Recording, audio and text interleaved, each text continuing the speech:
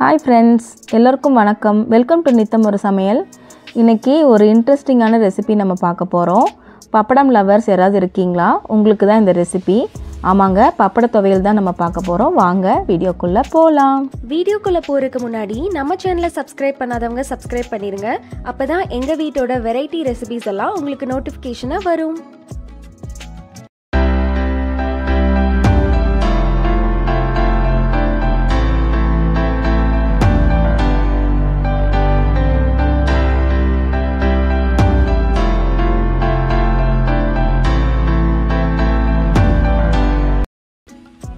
பப்படத்தை வறுத்தோமா சாப்பிட்டோமான்னு இல்லாமல் இது என்னங்க டிஃப்ரெண்ட்டாக பப்பட துவையல்னு கேட்காதீங்க. இது ரொம்ப சூப்பராக இருக்கும்.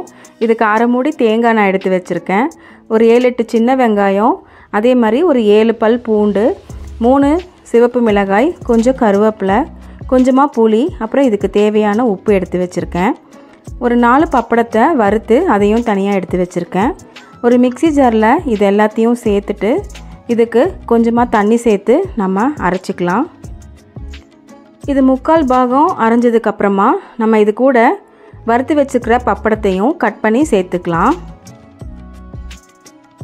இதை இப்போ நல்லா நைஸாக அரைச்சி எடுத்துகிட்டு வந்துக்கலாம். இந்த பப்பட துவையல் ரொம்ப சூப்பராக டேஸ்ட்டாக இருக்குங்க. இது வெரைட்டி ரைஸ்க்கு, சாம்பார் சாதம், ரச சாதம், தயிர் சாதத்துக்கெல்லாம் ரொம்ப டேஸ்ட்டாக சூப்பராக இருக்குங்க. நீங்களும் ட்ரை பண்ணி பாருங்கள்.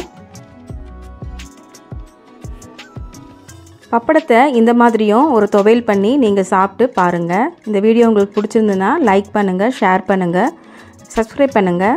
Happy cooking.